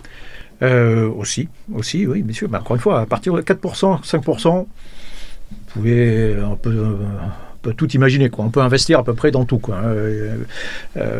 Très, très clairement. Donc il faut... Oui, on va voir des nouveaux espaces, comme on voit les fonds sous-marins, par exemple, jusqu'à 6000 mètres profondeur. Il y a une nouvelle zone entre 20 et 100 km d'altitude, qui pour l'instant est une zone vide, on va dire. Les avions n'y volent pas et les satellites n'y sont pas. Mais cette zone va devenir une zone de conflictualité, clairement. Et donc il va falloir avoir des moyens techniques pour être présent entre 20 et 100 km d'altitude à peu près. Ça va coûter les yeux de la tête. Hein. Ne nous faisons pas d'illusions. Les yeux de la tête. Ouais. Isabelle? Les yeux de la tête, je serais un peu mesurée là-dessus, parce qu'on a un organisme, l'ONERA, en fait, qui travaille sur les questions spatiales et qui est pas financé, alors j'ai pas le montant exact en tête, mais qui est pas surfinancé. Et on voit avec les modèles New Space versus NASA que finalement il y a des solutions technologiques aujourd'hui qui sont coûteuses, certes, mais qui sont pour moi peut-être pas dans le scénario à 5%, mais qui sont accessibles en dessous. Et on est resté un peu sur le modèle de oh là là, l'espace, c'est très compliqué, ça coûte très cher. Après quelques visites à l'ONERA, je serais plus mesurée sur ce point-là. Ouais. Allez-y Isabelle, c'est le 5%. Alors déjà les 5%, c'est pour dire que déjà j'étais pas favorable en fait à ce scénario. Oui, parce que à un moment il faut faire. Donc là je suis au niveau supérieur au ministère des Armées, mais au niveau national il y a d'autres priorités et d'autres ministères qui attendent des crédits aussi. Je pense à la justice, qui est un ministère particulièrement sous-financé. Et quand on parle de cohésion nationale, le ministère de la Justice vient en première ligne. Et donc ça serait, ça pourrait être dangereux et aussi créer des ressentiments en fait parmi d'autres corps de la nation qui contribueraient pas au lien armée-nation pour le coup. Et l'autre raison pour laquelle je suis pas favorable, c'est-à-dire qu'il suffit pas en fait d'injecter de l'argent massivement et d'un seul coup pour avoir les moyens de ses ambitions. En fait. Il y a un immense, ça c'est un peu l'angle mort, on n'en a pas discuté depuis tout à l'heure, c'est la question de l'efficacité de la dépense et c'est la question de à quelle échéance si on envisage ces montées. C'est-à-dire si on rajoute aujourd'hui 30 milliards dans le budget des armées, ça va être, il y a une partie qui va être gâchée parce que le système est incapable de les dépenser en réalité. Ce sera il y a parce pas que c'est un système il y a simplement pas les gens capable de gérer ça. Je crois que c'est aussi bête que ça. Et puis mentalement aussi, on est dans un système, disons, de grippe sous depuis 20 ans, parce que les militaires sont habitués à avoir des crédits qui se réduisaient, à faire mieux avec moins, etc. Ça implique un changement de mentalité, voire de génération, pour apprendre à claquer de l'argent comme des marins en permission, quoi. Voilà. Je rejoins tout à fait Jean-Dominique. En fait, on n'a pas les personnels. Prenez par exemple la DGA, qui est l'organisme qui claque de l'argent de façon massive pour la défense. La DGA a vu ses effectifs réduire, je ne sais plus les proportions, mais de façon dramatique. Autrefois, à la DGA, vous aviez des ingénieurs de l'armement qui étaient des techniciens. Et aujourd'hui, dû au changement de format de la DGA, vous avez plutôt des gens qui sont des acheteurs. Et c'est pas péjoratif de ma part, hein. Ce sont de bons acheteurs, monter des contrats avec les contraintes financières, juridiques, temporelles, etc. C'est des contrats d'armement, c'est extrêmement compliqué. Donc c'est des compétences particulières. Donc la DGA est devenue en fait un super acheteur, mais a perdu certaines compétences techniques. Et pour se lancer dans des programmes d'investissement sur des technologies très complexes, mais elle n'aura pas les personnels en fait pour dire quel choix il faut faire, pour bien comprendre les implications des choix qui sont proposés par les industriels, etc. Enfin, elle les aura un peu, mais je veux dire, elle les aura pas suffisamment pour absorber une telle masse financière. Bon, mais donc, on va pas le dire comme si c'était 5% après-demain, mais disons-le comme tous les trucs qui étaient aussi sur la liste et potentiellement à 4% pour lesquels vous avez dû trancher et qu'on pourrait rajouter à 5%. Non, moi pour le coup, s'il y avait vraiment 5%, je pense qu'il faudrait vraiment être dans la rupture de modèle en fait, dont je parlais tout au début. C'est-à-dire que moi, je vois deux choses. Je vois, Michel parlait tout à l'heure des intérêts qu'on a à défendre un peu partout dans le monde. Donc, c'est d'avoir des APOD et SPOD un petit peu partout dans le monde pour permettre de les défendre. Alors, qu'est-ce que c'est ça ? Ah, pardon. C'est des bases, des bases de projection en fait aérienne. Et SPOD, Sea Port of Debarkation, où nos forces, un peu comme Djibouti, si vous voyez l'analogie, où nos forces sont chez elles, moyennant des contrats de location, c'est pour ça que je mets dans le budget à 5%, parce qu'il ne s'agit pas d'aller envahir des pays pour... Il ne s'agit pas de prendre des territoires. Mais Djibouti est très content avec les arrangements financiers qu'il a conclus avec les uns et les autres. Et nous, quelque part, ça nous coûte très cher, Djibouti, on est aussi très content d'avoir ce terrain d'expérimentation et d'aguerrissement pour l'ensemble des forces. Donc ça pourrait être un point intéressant à développer, notamment en Asie-Pacifique. On peut penser aux camarades australiens, maintenant que les relations pourraient être meilleures. Mais voilà, dans s'ils nous rachètent des sous-marins, ils peuvent lâcher un petit bout de territoire. Voilà, on peut tout imaginer. Mais il s'agit d'une location de territoire. Une location, les Marines américains ont une base en Australie. Hein. Ils en ont, oui, et puis un peu partout. Donc ça, pour les composantes aériennes et maritimes, ce qui nous permet d'avoir une capacité de projection sur les intérêts qu'on a à défendre. Et puis l'autre point que j'aimerais, si je pouvais me faire plaisir sur un tel budget, en fait, c'est de pousser à la création de brigades multidomaines pour l'armée de terre, c'est-à-dire avec des capacités renforcées qu'elle a aujourd'hui perdues, par exemple sur la défense solaire basse couche. Défense solaire est vraiment réapparue tout au long de cette émission. Je pense qu'on a un consensus tous sur le fait que... Oui, effectivement. Et de la doter... L'artillerie air-sol qui a complètement disparu, par exemple. Complètement disparu, mais de la doter véritablement d'une aviation terrestre, mais comme c'est le cas aux États-Unis finalement, et de doter cette partie-là, l'armée de l'air, qui pourrait se concentrer sur le haut du spectre, et vraiment avec les moyens que lui permettrait un budget à 5%. Donc des terriens qui opéreraient des avions en appui direct au sol. Absolument. Et l'armée de l'air se concentre sur ce qui est plus haut, quoi. Absolument, ouais. Et pour l'armée de l'air, pareil, hein, si on imagine un changement de modèle complet, je verrais bien des escadres plus autonomes en fait sur le modèle des Wings américains, c'est-à-dire qui embarquent tout leur soutien, munitions, essence, etc., qui sont capables de se déplacer d'une base aérienne à une autre, de faire des exercices de desserrement, mais de façon plus large que ça, de se déplacer complètement avec leurs ESTA, les escadrons de soutien, et pas seulement en France, mais aussi à l'étranger, dans le cadre de grandes visites. Je note que personne n'a parlé des porte-avions. Ça nous intéresse, aucun des trois. Non, mais c'est intéressant. Comme outil de projection, je vais la poser comme ça. Vous êtes tous OK avec l'idée de éventuellement perdre la compétence, la brique et donc à terme la compétence aéronavale française. Écoutez, moi, je suis pas radicalement militant du porte-avions. Je pense que On en a un, c'est bien. Et en faut-il un autre? J'en sais rien. En fait, je me pose vraiment la question. Notre indépendance est limitée quand même dans la matière. Je rappelle quand même que les catapultes électromagnétiques du prochain sont fournis par les Américains, que les avions de guerre aériens sont américains et que la formation des pilotes à l'appontage se fait aux États-Unis parce que la France ne dispose pas d'avions biplaces. Bon. Mais si on avait beaucoup d'argent, pourquoi effectivement ne pas avoir des porte-avions? Voilà, en soi, c'est pas criminel, loin de là. Je conçois, je vois que un groupe aéronaval, c'est quand même un énorme truc très coûteux pour mettre en œuvre une vingtaine d'avions. Je pense qu'avec des bases, donc des alliés, parce qu'on n'imagine pas vraiment de faire la guerre tout seul, avec des bases aériennes, c'est quand même un système beaucoup plus léger et beaucoup moins coûteux que de pouvoir projeter un escadron de Rafale en Australie, par exemple. Ça se fait, hein, avec tous les soutiens. Donc, bon, le porte-avions, dans son usage réel, le porte-avions, c'est-à-dire arriver le premier sur un théâtre d'opération, pourquoi pas, si on a beaucoup d'argent. Donc, à 5%, pourquoi pas. En deçà de 5%, j'émets des doutes.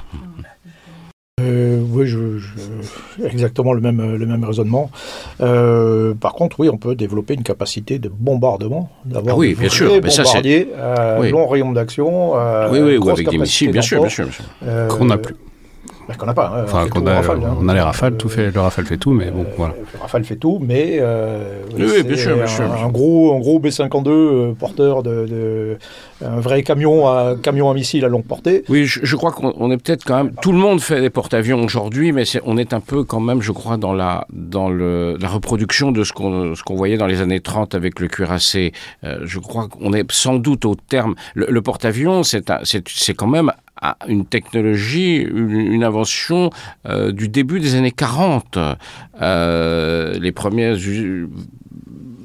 usages opérationnels, Golfe de Tarente, en novembre 40, je crois, Pearl Harbor, la bataille de Midway, c'est quand même quelque chose des années 40. Donc c'est pas une technologie... Bon, voilà, c'est le sous-marin aussi d'ailleurs, je veux dire, ce ne sont pas des technologies nouvelles.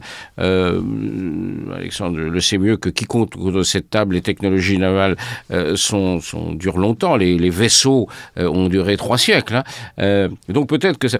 Mais bon, est-ce que c'est un symbole de puissance extraordinaire, c'est pour ça que tout le monde en veut, comme le cuirassé l'était. On a vu que le cuirassé, au cours de la Seconde Guerre mondiale, a terminé sa vie opérationnelle, donc à voir. En tout cas, il faut se poser la question. Ce n'est pas une religion. Enfin, je n'ai pas la religion, je suis agnostique en matière de porte-avions, voilà. Un peu moi aussi, mais je veux dire, on peut avoir aussi des modèles plus légers, moins coûteux. Oui, il faut. De porte-hélicoptères avec de porte-drones. Oui. D'ailleurs, il y a une bataille menée discrètement pour savoir si le PANG sera un porte-avion de nouvelle génération ou un porte-aéronef de nouvelle génération. Je crois que le ministre souhaiterait que ce soit plutôt un porte-aéronef de nouvelle génération. Mais les marins ne sont pas tellement pour ça. Des appareils à décollage vertical. Donc il faut voir, voilà. Et enfin, peut-être, dernière question pour boucler, quoi, mais parce que c'est... Isabelle l'a soulevé, quoi. Qu'est-ce que vous voudriez comme budget? Parce que Isabelle l'a dit, est-ce que c'est souhaitable 5%? C'est-à-dire, s'il y avait un chiffre... Mettons dans 10 ans, horizon 2035, comme ça on a un peu le temps et on n'est pas dans l'urgence absolue. S'il y avait un chiffre en point de PIB, qu'est-ce que ce serait? Jean-Dominique? Non, moi je ne suis pas pour une augmentation féroce du budget des armées. Je pense, je reviens à ce que je disais tout à l'heure, dépenser mieux, beaucoup mieux, en intégrant la dimension européenne de nos dépenses. Je pense qu'avec 400 milliards de dépenses militaires en Europe, on doit pouvoir faire beaucoup mieux que ce qu'on fait déjà. Donc, et j'exclus les 3300 milliards d'endettement de la France. Donc, dépenser mieux, se poser des questions avant de savoir comment faire pour dépenser plus. Mais donc pas de chiffre. Au moins 3%, 3,5%, non? Oui, en fonction de l'évolution de la menace, on verra bien. Mais vraiment, c'est un problème de méthodologie pour moi.